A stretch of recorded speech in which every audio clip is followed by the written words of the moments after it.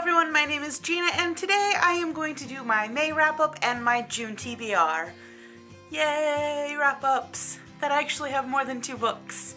So if you remember my April wrap-up, I had read 2 books. It wasn't a very good month. But in the month of May, I have read/completed 11 books. Super excited about that number. So glad that I'm out of the reading slump, and it's just been a fantastic reading month. I barely read anything on my May TBR, but that is okay because I read 11 books this month, so I can't really be too disappointed in. So the first book that I finished in the month of May was an audiobook, and that was Nosferatu by Joe Hill. I loved that book. The book was fantastic, the audiobook was absolutely wonderful. It definitely makes Christmas really creepy,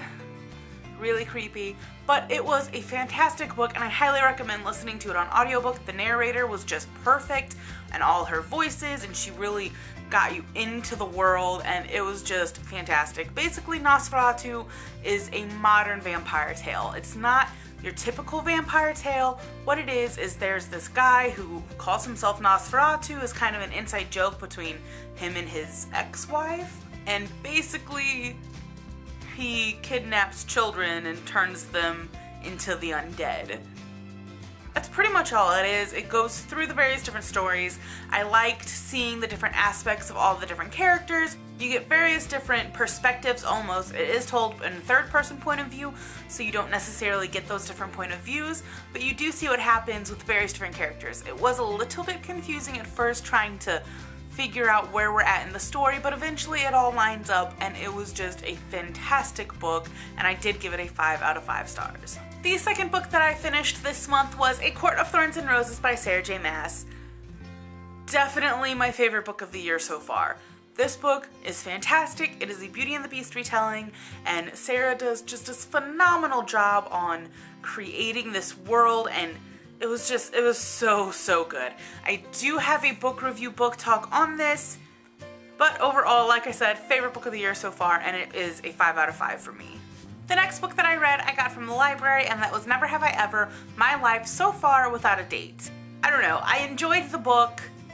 I didn't enjoy it as much as I thought I would. It is the book that I had gotten for my Secret Santa back in December, and I picked it up once I bought it for her and started reading it, and it sounded really interesting. Basically, it goes through, it's by Katie Haney. Basically, it's Katie's story telling you kind of her life so far. She's 25, kind of like Josh Sundquist, and she has come to the realization that she has never been on a proper date. It was okay. It wasn't fantastic. I prefer Josh's book over Katie's. It was good. I gave it a 3.5 out of 5 stars, but overall it was a fairly interesting story. It was a quick read. The next book that I read this month was I Work at a Public Library by Gina Sheridan. This book was given to me to borrow by one of my mom's work friends, and I absolutely loved it. Basically, it's just a collection of various different stories, not short stories, just experiences rather, of working in a public library. Gina started a Tumblr page. I sound like I'm talking about myself.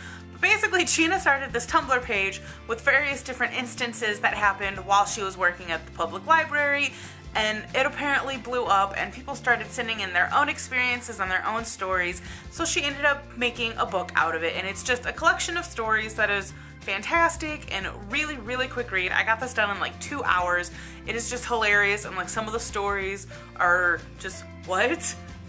Why would that even happen? It's just mind-blowing to think of some of the things that has happened in this book. It's just really odd. The format that it is in like storytelling format, so it's like me the customer, and kind of goes through like that. So it's not necessarily short stories per se. It's just more kind of a blog post because she took it from the blog post, but it was really easy to read, and I did give it a 5 out of 5 stars. And the next book I finished this month, I started it last summer, wasn't feeling it, I was enjoying it, just wasn't feeling it at the moment, and I put it down. I finally picked it back up, and I finished it on audiobook, and that is The Night Circus by Erin Morgenstern. I loved this book. I really loved the various different aspects of it, and I liked seeing different point of views almost. even though it was told in third-person point of view, you got different sides of the story. You got the side of the kids, you got the side of the adults, and then you got the side of you experiencing the circus. That part I liked the most because it broke it down into, you're walking into the circus, you see the store on your left, you go through, you start smelling these smells, and it was just beautifully written, and I definitely enjoyed it. Basically, the night circus is about a night circus. It is this traveling circus in the 1800s, late 1800s, early 1900s, that just moves in and out of town unnoticed. It just pops up out of nowhere. Suddenly there's a circus in town, and it is only at night. It is definitely one that I might pick up on audiobook again sometime. It was just fantastic, and I did give it a 5 out of 5 stars. The next 2 books I also picked up on Overdrive on audiobook, and that is the first and second book of the Percy Jackson series, The Lightning Thief and the Sea of Monsters. I gave both of these a 4 out of 5 stars. I really enjoyed them. No idea why I haven't read them yet. Like, I seriously don't know.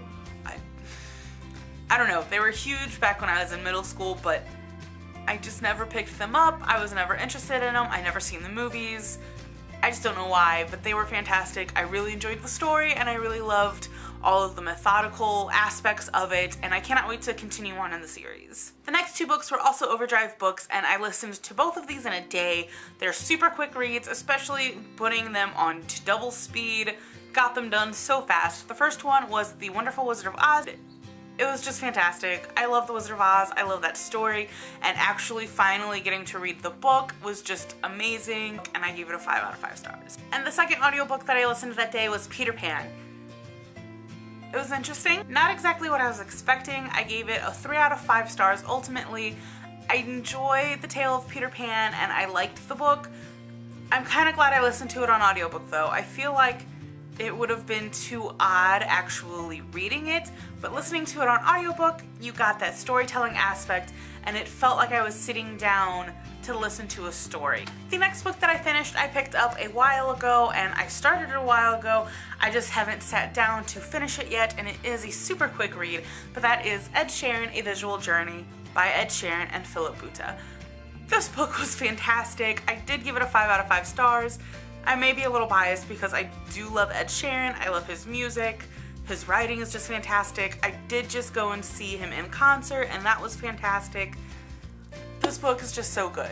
Basically, you've got Ed's story from how he got into the career, and it is illustrated by Philip Buta, who puts in these fantastic drawings and these pictures just throughout the entire book, and it was just fantastic and beautiful, and it smells really good, and I just loved it.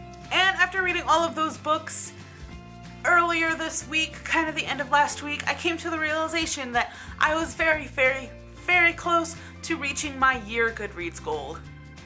That's exciting. My Goodreads goal for the year was 35 books. Well, I've hit that goal. So to finish out that goal, I reread The Tales of Beetle and the Bard by J.K. Rowling. This book is just fantastic. I really don't need to go into it. It's a collection of short wizard stories, and it's amazing, and it's a really quick read. And I kept it at a 5 out of 5 stars because I had it at a 5 out of 5 originally, but it is just pretty fantastic. And looking at the selection of books that I have read this month in my little pile that I have right down there, I actually read 12 books this month. I forgot to write one of them down in my notebook, and that is The Fangirl's Guide to the Galaxy by Sam Maggs. This book was pretty great. I really enjoyed it. And as I said when I hauled it, this hardcover is probably my favorite hardcover of all times. It's just so fun and bright and nerdy, and it was just a fantastic read. Basically, this book is what it says it is. It's a guide to being a fangirl. Sam goes through and gives you little tips and pointers of various different things within the fandom community, and kind of tells you how to be a fangirl almost. I was actually greatly surprised when looking through the Goodreads comments on this. There are a lot of negative reviews and a lot of negative comments, and people are actually getting kind of offended by this book. I didn't find it that offending. I liked it. I learned a couple of things. There were some things that I didn't know, some things that I did know, but it was just great to see it out and in print. I don't know, overall I really enjoyed it. I did give it a 4 out of 5 stars, and the reason I did not give it a 5 out of 5 is because there were some aspects in it that I just didn't care about, that I just skimmed over. For example, there's a section in this book where she talks about fan fiction and how to write proper fan fiction and how to get your fan fiction read, and I just don't care about writing fan fiction. I've never been one to write fan fiction. I'm just not that kind of a creative person. I put my creative energy into other things. So I didn't really necessarily need to know any of the fan fiction stuff, but those people that do write fan fiction might enjoy that section and might get something out of it. I didn't, and that is why I gave it a 4 out of 5. And that is all I read in the month of May. Now for my June TBR. I'm not really going to go into specifics with my June TBR. I'm going to try to finish up a couple of books that I started.